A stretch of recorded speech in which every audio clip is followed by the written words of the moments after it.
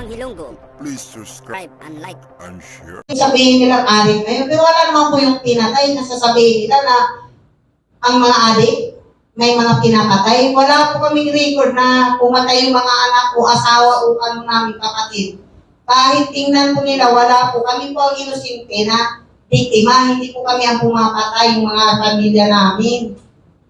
So, ang anak niyo po ay biktima lamang. Biktima lang po siya sa warong drugs ni Duterte na yan. Pero nung pumasok pa ang administrasyon, doon na ang patayan. Ngayon po, wala na po nung nawala na siya, nawala po yung patayan sa lugar namin.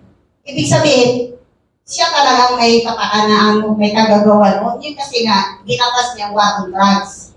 Kaya maraming biktima. Kasi ang lumalabas po sa social media ngayon, ang sabi po nila, si Duterte daw po ang nagpapatay ng, ginawa daw ni Duterte yung para daw sa bayan. Hindi po yung totoo, sir. Paano naging sabayan? Yung mga inosente po yung mga pinapatay. Dapat lang pinatay. Dapat ang pinatay niya yung matataas talaga. Huwag yung maliliit kasi yung wala yung maliliit kung wala yung malaki. Bakit ngayon yata naiwan yung malalaki, nandito ang nawawala yung maliliit. Katulad ng pamilya namin. Sinabi po nga, panahon daw ni Duterte, tahimik daw. Hindi po yung totoo. Kahit panahon daw ni Duterte, tahimik daw po. Hindi po, lalo nga pong gumulo eh. Doon po nagsimula ang patayan. Buwan po nung siya na umupo, naging demonyo na po ang buong mundo. Dahil marami pong taong pinatay na wala naman pong kasalanan. Pati yung batang walang kaalam-alam na damay sa patayan. Ako na may tanong ako na ino. Kasi sinasabi kasi ng iba na dapat dito daw kinasuhan si Digong. So, kung dito ba kinasuhan si Digong, naniniwala baka na baka ma-pollute lang o ma-influence lang ng judicial system natin. O mas may tiwala ka sa ICC. Yung ICC po, kasi kung dito po sa gobyerno, dito sa atin, ang tulad nga po namin, ilang taon na, tenga ang mga kaso namin. Wala pong nakikinig, walang nag-aasikaso. Walang nag-iintindi. Pasalamat po kami sa Panginoon, may ICC pumasok sa ating bansa. At doon po namin makakamtan ang justisya na aming matagal na namin inaasam-asam para sa mga anak namin kanilang pinatay. Ano ko lang po, kasi sa isang vlog ko din, tingin niyo po ba itong nangyayari kay Duterte ngayon parang sabon ng Diyos sa kanya? Opo. Kasi ang Panginoon po talaga ang gumagawa ng paraan. At ang Panginoon na rin po talagang gustong bigyan kami ng hustisya. Dahil hindi po niya gusto na pinatay ang mga tao kanyang nilikha sa mundo. Siya lang po may karapatan eh. Ang Panginoon lang po ang may karapatan. Kaya nagagalit na rin po ang Panginoon sa mga ginagawa nilang kasamaan. Si Johnny po. Johnny, Hindi ba kayo nakakaranas ng panghaharas ng mga supporters ni Duterte sa inyo? Naranas ako ng ganyan, pero ang tanging sagot ko lang, nasabi nyo lang yan kasi wala kayo sa sitwasyon namin. Pero kung baliktarin pa ng mundo, kayo ang nasa kalagayan namin, siguro mararamdaman din niyo yung nararamdaman namin. May tanong po ako. Si PBBM, si Marcos, siyang sinisisi ngayon ng mga DDS. Anong gusto niyo sabihin sa administrasyon? Dahil kahit pa paano, andyan na, nangyari sa administrasyon ni PBBM, kahit pa paano makakamit yung justisya. Para sa akin, siguro ginamit lang si BBM ng Panginoon na dapat panagutin si Duterte sa ginawa niya. Kung baga sa ano, nagagamitan lang naman sila eh. Kaya yung mga nangyari man sa kanila ngayon, karma, walang ibang ano doon eh. Karma lang yun. Hindi kami, nagpapasalamat din kami kay Marcos kahit ba hindi siya tumupad sa mga pangako niya. At least, sabi kasi niya noon, hindi niya tatanggapin kung ano man warat na darating para huliin si Duterte. Ibig lang tinanggap niya. Hindi nagpapasalamat din kami. Kasi kung hindi dahil sa kanya, hindi ngayon niya nadala doon sa ibang bansa si Duterte. May pagkakataon na makaharap niyo sa dating Pangulong Duterte, ano ang gusto niyong iparating sa kanya personal? Sabi niya, sasampalin daw kami. Ako, makatay ka rin. Yung po ang sabi niya. Sa akin lang po, isa lang ang sasabihin ko. Magsisi ka na. Tatanong ko rin po sa kanya. Naramdaman niya po ba ang kalooban, ang buong sakit na naramdaman namin sa loob ng ilang taon na pinatay niya ang mga mahal namin sa buhay. Dahil sabi niya, mga salot lang daw po sa lipunan, kaya niya pinapatay. Hindi po salot kung bibigyan nila ng pagkakataon ang mga bawat pinatay nila. Tanong lang. Noong 2016, binoto niyo ba si Duterte? Yung asawa ko po, binoto po. Pero ako po si Grace po. Grace po kami, ng presidente. Kasi, siya ang ano nun. Yung asawa ko po, ano siya, botong-boto po siya kay Duterte.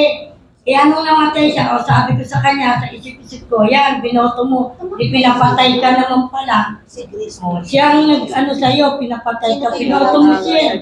Idol na idol po nila yun eh.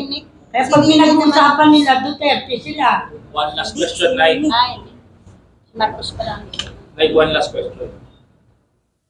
Nakita kayo ng anak ko, ano gusto mo sabihin mo sa kanya? Ang asawa ko po. Asawa niyo po.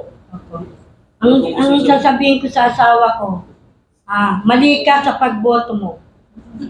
Kasi pinapatay ka niya eh. Sige pa rin. Maling-mali ka. Kita mo, ginawa sa'yo. Inalisan kami ng pamilya. Katulad ko, solo na lang ako ngayon. May mga apo ko, ako lahat ang nananagot sa pamilya sa apo ko. Ikaw, Te, anong gusto mong sabihin sa asawa mo kung sakaling magkita? Ikaw mag-alala, makakabit din natin yung station. Umpisa pa lang ito. Yung mga anak mo, ako nang bahala. Kaya ako mag-isa. Kaya namin ang mga bata. Sa akin naman po, ang tanging masasabi ko rin po sa anak ko kung sakaling magpakita siya man lang ako sa panaginip. Isa lang din po, sasabihin ko sa kanya na sa tinagal na panahon na ilang taon kang nawala sa akin sa paghihirap ko, na sana hindi ako naghihirap kung hindi kanila pinatay. Eto na, nung una, akala ko, bagsak na ako, walang taong tutulong sa akin para makamta ng hustisya na pagpatay sa'yo. Ngunit gumamit ang Panginoon para makamta natin ang hustisya na inaasam namin sa pagpatay nila sa inyo. Yun lang po, salamat po. Ako naman, noong Saturday, punta talaga kami ng ako ko yung anak ng panganay sa bibigyan ng tatay niya. At sinabi niya, yung ako ko mismo nagsabi sa tatay niya, so sa bibigyan na pagagamit natin ang hustisya kamakayan ko. Gabayan mo lang kami. Yun lang hinihiling ko sa anak ko na gabayan niya lang kung ano ang laban namin. Yun lang po.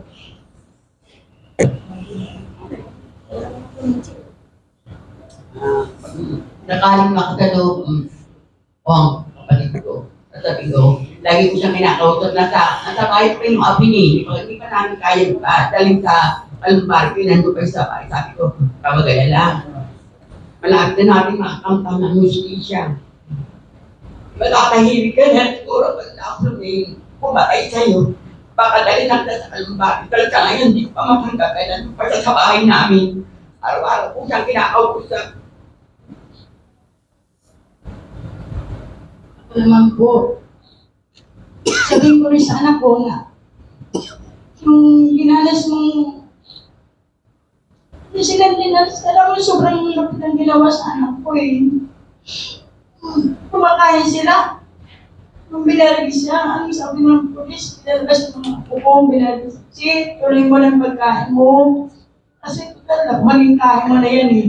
Tapos yung mga apo ko, pinalabas na tinutulong ka ng parig, bumaba sila sa loob. Bumaba sila sa fourth floor. Tapos, narinig nila, may pot, narinig nila, warning siya yung ano. Tapos sabi, may naglalaban, ay may parig, tapos naglalaban daw. Tapos nagputok. Ngayon yung mga apo ko nandun sa ano, binaba na yung patay. Inong pangalan ng mga pumatay doon, soft drinks mo, nagberienda kasi walang bahay.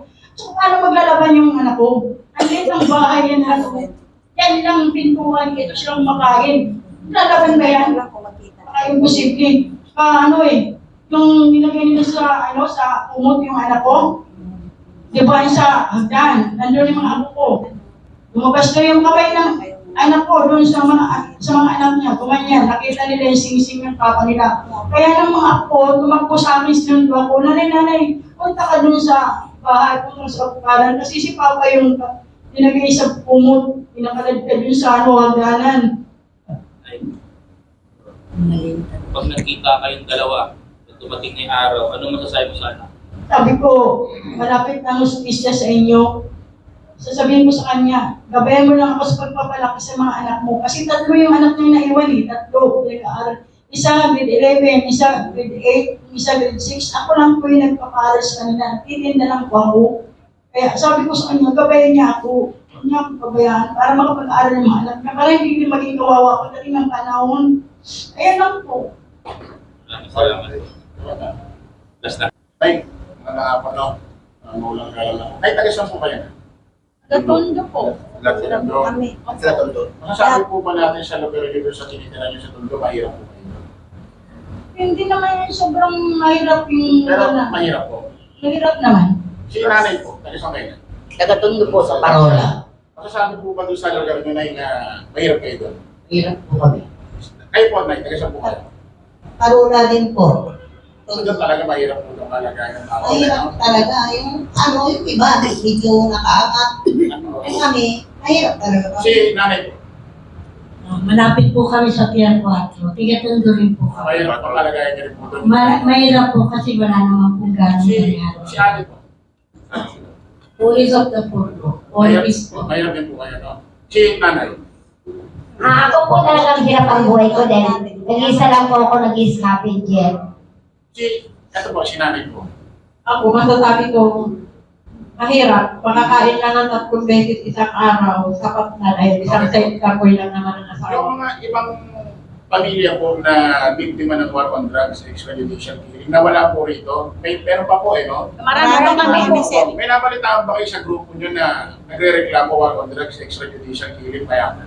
Wala po. So, ibig sabihin, pinuntirya ko talaga mahirap. Mahirap talaga. Talagang mahirap talaga pinuntirya, no? Kasi mahirap din tayong lumaban. Walang kakayanan lumaban. So, ibig sabihin, ito talaga ho si Digong, nung nangangampanya, ginamit para, pinola niya mahihirap, pero nung nanungkulan siya, naging presidente niya, tinulog niya mahirap. Mahirap din. Totoo po yun, totoo po yun. Tama, no? Kasi wala akong nababalita ang mayaman nagre-reklamo. Yun nga po. So, ibig sabihin, yung mga alipolis niya dating pulis, pinuntirya talaga mahirap. Totoo po yun. Kasi walang kakayahan. Kasi ako wala akong nabalita ang mayaman. Totoo po lahat, sir. Hindi ko lang makontrol sa extrajudicial killing. Kasi po, ang kami mga mahirap, walang kakayahan ipaglaban sa sarili So, yun niya. talaga yung pinuunan niya para mapabango yung pangalan niya, no?